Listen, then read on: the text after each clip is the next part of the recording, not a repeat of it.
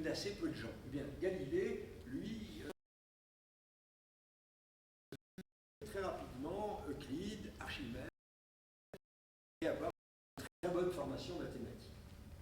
À partir de 1586, il a 22 ans, il commence à faire de premiers travaux.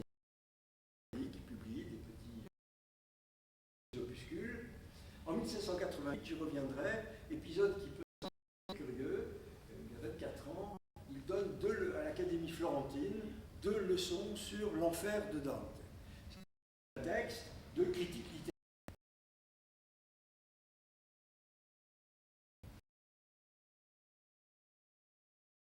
On en reparlera tout à l'heure.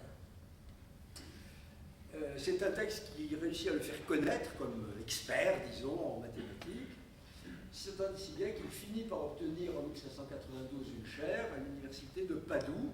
Il a dû se battre pas mal, ça n'a pas été si facile, mais il obtient une chaire à l'université de Padoue, qui est une grande université, puisque c'est la grande université de la République vénitienne, où il enseigne les mathématiques et l'astronomie. L'astronomie, il l'enseigne sur le modèle ancien. Il enseigne l'astronomie ptolémaïque et la physique aristotélicienne. À partir de 1596, il s'affirme copernicien, mais en privé. Il enseigne toujours les vieilles idées, mais dans sa correspondance privée avec ses amis, il dit non, mais c'est Copernic qui a raison, et ces idées sont maintenant fixées. On arrive à 1609, il est toujours à Padoue, où il commence ses observations avec la lunette astronomique, et là, c'est Cédric qui vous détaillera la chose. Lunette qu'il n'a pas du tout inventée, hein, contrairement à la légende, lunette qui a été mise au point de façon totalement empirique par des artisans néerlandais quelques mois auparavant, qui a circulé à travers toute l'Europe. Simplement, Galilée va profiter de sa situation à Venise, qui a, comme vous le savez, un grand artisanat verrier, encore aujourd'hui. Qui allait à Venise, allait visiter Murano, les grandes verreries de Murano. Donc, ils ont des verres de meilleure qualité, des très bons polisseurs de lentilles, ce qui va lui permettre d'avoir des lunettes de bien meilleure qualité que celles qui existaient auparavant. Ça, c'est vrai que vous en parlez. Et il écrit immédiatement, ça c'est extraordinaire, hein, c'est ces journées de... Alors là, il commence ses observations, disons, mais pendant quelques mois, ces observations consistent essentiellement à mettre des lunettes au point, pour avoir des bons grossissements, une bonne précision, une bonne qualité optique. Et les observations astronomiques proprement dites, il les commence au tout début 1610, et en particulier, il y a exactement au jour près 400 ans, et il tourne sa lunette vers Jupiter, et c'est là qu'il observe les satellites de Jupiter. Mais évidemment, dans les jours qui entourent cette date, il observera aussi la Lune, il comprendra qu'il y a des montagnes sur la Lune, il observera la Voie lactée, dont il montrera qu'elle peut être résolue en étoiles. Ce n'est pas un ruban blanc continu, mais c'est un semis de petites étoiles que nul jusque-là n'avait vues, parce qu'elles ne sont pas séparables à l'œil nu. Et il observera un tout petit peu plus tard les phases de Vénus, puis les taches du Soleil, excusez du peu. Alors cet ouvrage le fait connaître très rapidement de toute l'Europe, beaucoup plus qu'il ne l'était jusque-là, et en 1611, il part à Florence où il devient mathématicien du Grand-Duc. Alors, ça peut sembler bizarre, mais ça s'explique pour une raison extrêmement simple, c'est que Galilée est professeur à l'université de Padoue, a 3 heures de cours pour faire de la recherche.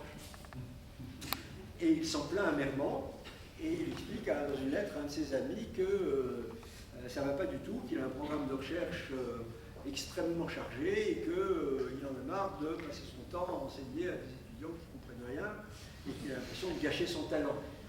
Et il dit, mais la seule possibilité pour moi, c'est de rentrer au service d'un prince qui me payerait à faire ce que j'ai envie de faire, autrement dit, à rentrer dans un régime de mécénat. Il est tout à fait clair là-dessus. Tant que je suis employé par une république, je me dois au bien public. Si par contre, c'est un prince qui me soutient, alors je fais ce que je veux. Et effectivement, le grand-duc de Toscane, comme tous les princes ou puissants de son époque, a une pratique de mécénat qui concourt à son prestige et à sa visibilité. Chacun sait que les princes ont à leur cour le musicien de la cour, le peintre de la cour, le poète de la cour, mais ils ont aussi, pour certains en tout cas, l'astronome de la cour, le mathématicien de la cour. Et donc c'est à ce titre-là que Galilée est à Florence, et ça vous explique pourquoi, sur la page de titre du Syllegus Nuncius, il explicite en grosses lettres, vous l'avez vu, fait qu'il dénomme les satellites de Jupiter étoiles médicéennes. C'est un ticket d'entrée qu'il offre au grand-duc de Toscane pour rehausser son prestige et pour se faire embaucher, ce qui marche d'ailleurs très bien. Alors à partir de là, le conflit avec l'Église va commencer. Je vous ai dit que jusque-là, il s'était tenu relativement à carreau, mais là, encouragé par ses succès, par sa reconnaissance européenne générale, par sa position à la cour, il est de moins en moins prudent et il commence à faire état de ses convictions dans des lettres semi-privées, mais qui circulent très très vite. Il sera mis en garde. Le conflit, au début, est un conflit latent. On lui fait savoir, un de ses amis, qui est un cardinal Barberini, lui dit écoute, fais attention, tu sais que l'Inquisition n'aime pas qu'on joue avec ce genre de choses-là, sois prudent s'il te plaît. Mais c'est une communication en quelque sorte privée, mise en garde implicite.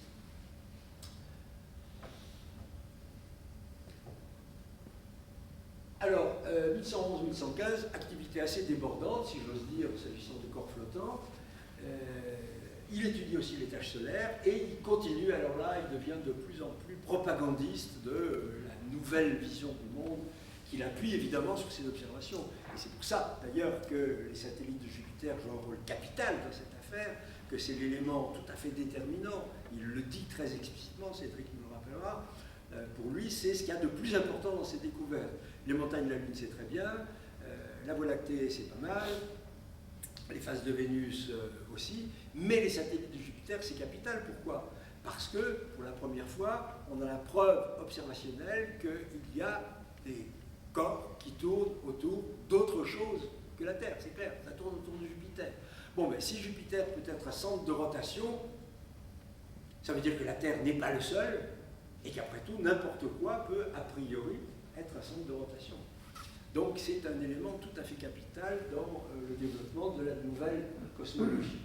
Alors en 1616, le copernicanisme est explicitement condamné par le Saint-Office, ce qui n'avait pas été le cas jusque-là, parce que l'ouvrage de Copernic est extrêmement difficile à lire, il est peu répandu, et Copernic, lui, a une position qui n'affirme rien quant à la réalité ontologique de sa cosmologie. Il dit simplement, il montre que les calculs sont beaucoup plus faciles si on se place dans un système héliocentrique plutôt que dans un système géocentrique. Mais Galilée, qui est beaucoup plus physicien, lui, évidemment, pour lui, c'est que ça tourne. Ah non, autour du Soleil. C'est là que ça ne plaît pas. Et donc, c'est à cause de Galilée, finalement, que l'Inquisition va condamner Copernic. C'est une sorte d'effet à mon retour. Et Galilée est mis en garde, là encore, pas de procès pour l'instant, mais on lui dit fais attention. 1118 travaille sur les comètes, c'est un endroit où d'ailleurs il se trompe, il croit que les comètes sont beaucoup plus près qu'elles ne le sont, que c'est des phénomènes atmosphériques. En 1123, il écrit un grand livre de polémique, l'essayeur, qui reprend plusieurs des thèmes qui sont là.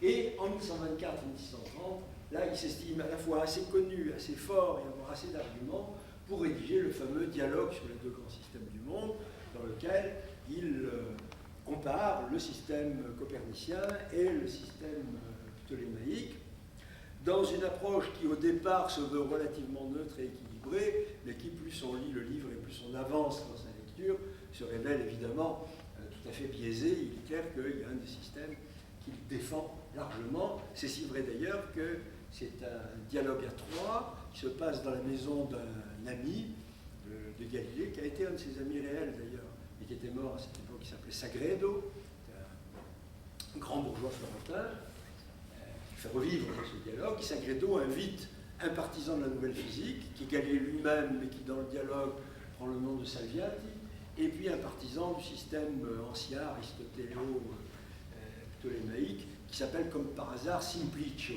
le simplet. Alors c'est tout dire. Le dialogue paraît en 1132, et là, les foudres se déclenchent, parce que c'est un livre qui est très facile à lire, qui se répand très très vite, et il est convoqué à Rome en 1133. Le grand-duc de Toscane ne le protège pas pour des raisons politiques extrêmement complexes de l'époque, ce contre quoi d'ailleurs certains de ses amis vénitiens en 1110 l'avaient mis en garde. Il avait dit attention, si tu restes à Venise, tu auras quand même moins d'ennuis, la République vénitienne est beaucoup plus jalouse de ses prérogatives, en particulier à l'égard du Vatican, que ne le sont les Florentins, donc tu prends des risques en allant à Florence. Et Galilée se croit suffisamment fort, mais il a tort, puisque 20 ans après, le grand-duc de Toscane lui dit « Écoute mon vieux, je suis désolé, mais je ne peux pas te protéger contre Rome, il te demande, il faut que tu y ailles. » Il est vieux, hein. Il est vieux, il a presque 70 ans, il est malade, il n'est pas en bonne santé, il a les yeux qui commencent à aller mal, et c'est ce fameux procès, sa condamnation et son abjuration publique. Alors là aussi, contrairement à la légende, il n'a jamais été torturé, sinon moralement. Comme il est vieux, les pressions n'ont pas besoin de pressions physiques extrêmement fortes, et il cède, il abjure en public, et il est condamné en principe à la prison, mais très rapidement, dans les heures même qui suivent, sur la demande d'un certain nombre de ses amis, sa peine est commuée en une assignation à résidence à Arcetri, qui est une petite ville au-dessus de Florence. Je vous montrerai sa villa tout à l'heure. Moi, je me laisserais bien assigner à résidence à Arcetri. Malheureusement, il est à peu près aveugle, donc il ne voit pas ce magnifique paysage toscan qui l'entoure. Il est de plus en plus aveugle et malade, ce qui ne l'empêche pas de travailler et de publier en 1138 le deuxième de ses très grands chefs-d'œuvre, celui-ci étant le premier, qui est le Discours sur deux nouvelles sciences, dans lequel il ne fait rien moins que fonder effectivement deux nouvelles sciences, la mécanique au sens moderne du terme, c'est là-dedans qu'il développe toute l'argumentation sur la loi de la chute des corps, la loi parabolique, et bien d'autres choses d'ailleurs. Et la deuxième science, c'est la résistance des matériaux, qu'il ébauche dans ce livre-là. C'est une contribution tout à fait majeure à la physique. Il meurt en 1642, l'Église refuse à ses amis de lui ériger un mausolée, donc il est enterré dans la tombe de famille, dans l'église Santa Croce, de façon assez modeste. Et curieusement, il ne faudra pas attendre 13 ans avant que la condamnation du copernicanisme restant nominalement valable, l'Église va se rallier, sans le dire bien entendu, au nouveau système et va transformer un certain nombre d'églises quasiment en observatoire, en particulier par la construction de grandes méridiennes dans plusieurs grandes églises, méridiennes qui servent à déterminer l'évolution de la hauteur du Soleil, ce qui donne des indications extrêmement précises lorsqu'on veut déterminer l'ellipticité de la trajectoire de la Terre, qui vont être des contributions essentielles au développement de l'astronomie de position. La première est construite à San Petronio, à Bologne, vous en avez une très belle aussi à Santa Maria degli Angeli, à Rome, et il y en a une tout simplement à Saint-Sulpice, à Paris, qui est parfaitement visible, qui est en très bon état, et qui est très intéressant. Il faudra attendre 1737, il y a presque un siècle, pour qu'on lui érige son fameux mausolée, toujours à l'église de Santa Croce, je vous le montrerai en terminant, et il faudra attendre 1822 pour que les œuvres de Galilée soient retirées de l'index. Mais son procès n'est toujours pas annulé. Alors, le pape, pas celui-là, le précédent, a convenu oralement que peut-être ce procès n'avait pas été mené dans les meilleures conditions, mais du point de vue purement légal, sa condamnation reste en valeur. Alors maintenant, je voudrais rapidement vous montrer les rapports de Galilée à la culture de son temps, pour vous montrer à quel point la science naissante à son époque, je sens sur le cas de Galilée, mais on pourrait le dire de bien d'autres des grands personnages de son temps, on pourrait le dire de Descartes et de Pascal, bien évidemment, à quel point la science naissante, celle qui émerge de la révolution scientifique, naît au milieu du champ culturel général et en est profondément tributaire. Alors c'est d'abord le cas avec les belles lettres. Je vous ai dit que Galilée était un homme très cultivé, connaissait bien la poésie, il prend part à des débats, des controverses sur la poésie de son temps qui opposent. En Italie, il y a deux clans, il y a les partisans du Tasse et les partisans de l'Arioste. Il y a des échanges incessants d'arguments. Il prend parti très explicitement dans ce débat. Et ceci va jouer un rôle très important dans son rapport à la langue.